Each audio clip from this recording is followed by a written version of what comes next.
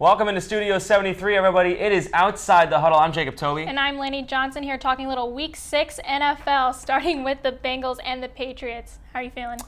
I'm feeling great. Tom effing Brady is back in Gillette for the first time since his 4-game suspension because of Deflategate. He played really well last week. Yeah, he had 406 yards, 3 touchdown passes. Granted, it was against the Browns, but still, I don't know how you cover the tight ends we have on the Patriots. Martellus Bennett and Gronk, you have to double cover Gronk. You can't leave him in single man coverage. And then that leaves Martellus Bennett with only one defender, so they just really have the upper hand. And then if they're covered, you can go to Edelman or Amendola or Hogan. Chris Hogan had a really good game, over 100 yards receiving, and both Gronk and Hogan had over 100 yards receiving. They played absolutely fantastic. Again, like you said, the Browns, they did not even have a quarterback. Charlie Whitehurst goes down. They're backup quarterback, so they have to put Terrell Pryor back in. It was just an absolute mess. But yes, Tom Brady is back in the building. He finally is back in Gillette playing in front of the Patriots faithful, and I think it's going to be a really good game for the Pats. I think so too. The Bengals did not look great against the Cowboys last week. Their offensive line is really depleted. Andy Dalton had 4 sacks, and he's getting really beaten up this season. And I just think his only real offensive weapon is AJ Green. And if the Pats, granted, they've played really well since the beginning of their careers, like you like to point out. Right. But if you can cover AJ Green and silence him, they don't have a lot. Tyler Eifert might be back this game. Which would be great for my fantasy team because he hasn't played and it's week 6, and I've been expecting him to play. So Gronk just came back for my fantasy team and had a little. Well, lucky you. Some people are 3-2 in fantasy. Some people are 0-5, like me. So that's not great. But yes, Andy Dalton sacked 17 times, which is second most to only Andrew Luck, who, yes, also is on my fantasy team. That's not great. But I am going to pick the Patriots. They're going to win by 10. I picked 31-21 just because of the matchups, so many weapons the Patriots have. And Tom Brady coming back to play his first game in Gillette this year, the crowd's going to be absolutely insane. I think the crowd's going to be electric. I think that's really going to help the Patriots and just boost them to the win. I think they're going to win by a couple touchdowns. Let's move on to the Eagles at the Redskins. What are you thinking about this one? Eagles coming off a 1-point loss to Detroit, which is a little surprising. Right. They had that game. They were down, and then Carson Wentz brought them all the way back. And despite that Ryan Matthews fumble at the fourth quarter, which gave the Lions a chance to come back. Ryan Matthews on my fantasy team. You see it? Yeah, no. Well, you're not a great fantasy player, man. No, I know. But I do this NFL show, so I don't know what's going on. Right. But Carson Wentz is a really good quarterback. It's his rookie year. No one was really expecting him to be that outstanding, but he has. He's shown up, and he's brought them to some wins. So, I think he's going to have a good game. Ryan Matthews, Jordan Matthews on my fantasy team. Darren Sproles has gotten a couple touchdowns out of the receiving side of the running back position. 12 out of 18 touchdowns these players have for the Eagles this season. So I think those 3 are their main targets. Right. You also look at Pierre Garçon and Jordan Reed for the Redskins. They're a little dangerous. Right. Jordan Reed might be one of the better tight ends in the league. Exactly. And they have Kirk Cousins, who some people are a little wishy-washy on, but I don't think he's a bad quarterback. Look, he has over 1,400 passing yards and 7 touchdowns this season. That's not bad at all.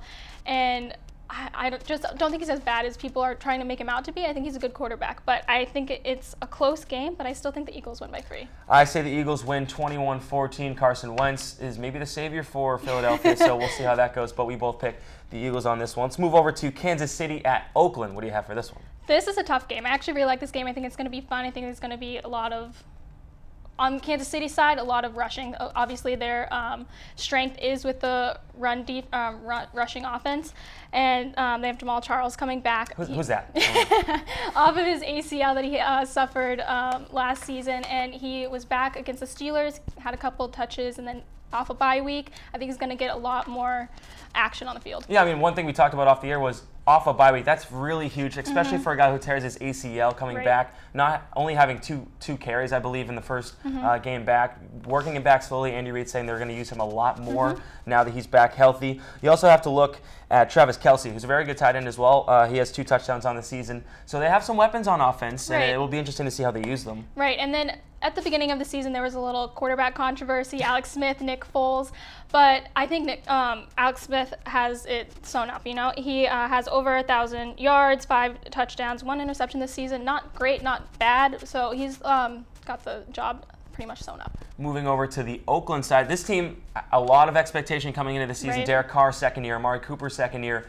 And they're looking really good. right now. Yeah, I think this is a really exciting team. I think they're a fun team. I love the Derek Carr, Amari Cooper connection, and then if he's not open, he goes to Michael Crabtree. And I just think it's a really fun team. And Amari Cooper finally got his first touchdown last really helping out a lot of people's fantasy teams there. But this team also wins close games. They won a Right. 3-point game against San Diego last week. Granted, San Diego kind of screwed up with that missed field goal because they couldn't get it off because of the bad snap. But Latavius Murray, 3 touchdowns on the season. He's been a good running back option in fantasy. Oakland D gives up the most yards in the league, total yards. But I'm still going to go Oakland here just because they're at home and because of the Derek Carr, Amari Cooper combination. I think Jamal Charles is going to have a big comeback game. Not huge, but I think he's going to get And that wouldn't surprise me anyway. So I went Chiefs by 3. I did 3 as well, so that's good. It's going to be a close game. Exactly. Packers at Cowboys, our final game we're going to talk about. This one's going to be pretty interesting, I think. I think this is the game of the week, without question. I think there are a lot of strange matchups this week that just aren't very exciting games. I think this one is going to be so much fun. Yeah, we were prepping before the game. We didn't really know which ones to do because there's not a lot. There's a couple teams on bye weeks that were not, Look, it was a little difficult. Dak Prescott is great. He's more athletic than Tony Romo. I think there might be another quarterback controversy there. I think this one is legit. I honestly think Dak Prescott should start over Tony Romo when he comes back, but I don't know about that one. And then, of course, he has Ezekiel Elliott, who I traded before the season started. There's so I'm just a recurring going theme down. here. There is a recurring theme. It's not great. Ezekiel Elliott has 546 rushing yards in his first 5 games. That's 4th all-time for a rookie, which is outstanding. We all knew he was going to be great coming in, but he's exceeded expectations, in my opinion. 0 interceptions. I mean, you got to love that. I had his first fumble, but that's okay. Eddie Lacy hurt, though, in the last week for the Green Bay Packers. He kind of is a special target for Aaron Rodgers coming out of the backfield, can catch little passes as well. James Stark's going to have to step up in running back position as well. And the D, they're not great at stopping the pass, the best in the league in stopping the run, so maybe that bodes well for the Packers because of Ezekiel Elliott. Yeah, there's just something going on with Green Bay's offense. There's not a big connection. Aaron Rodgers has his lowest passer rating since he started as a starter, and it's just something's up with them. So I went Cowboys by a touchdown unless they figure out what's going on with their offense in Green Bay. I'm going to go on the upside here and say the Packers win. I still think Clay Matthews is a good player. They have Nick Perry, who has 4.5 sacks this season, so the defensive line, again, is maybe the best. They are the best against the run. I'm going to pick the Packers to win 27-17. Well, we disagree on that one. Agree to disagree. That's okay. But that was all for this week. I'm Jacob Tobey. And I'm Laney Johnson. We'll see you next week.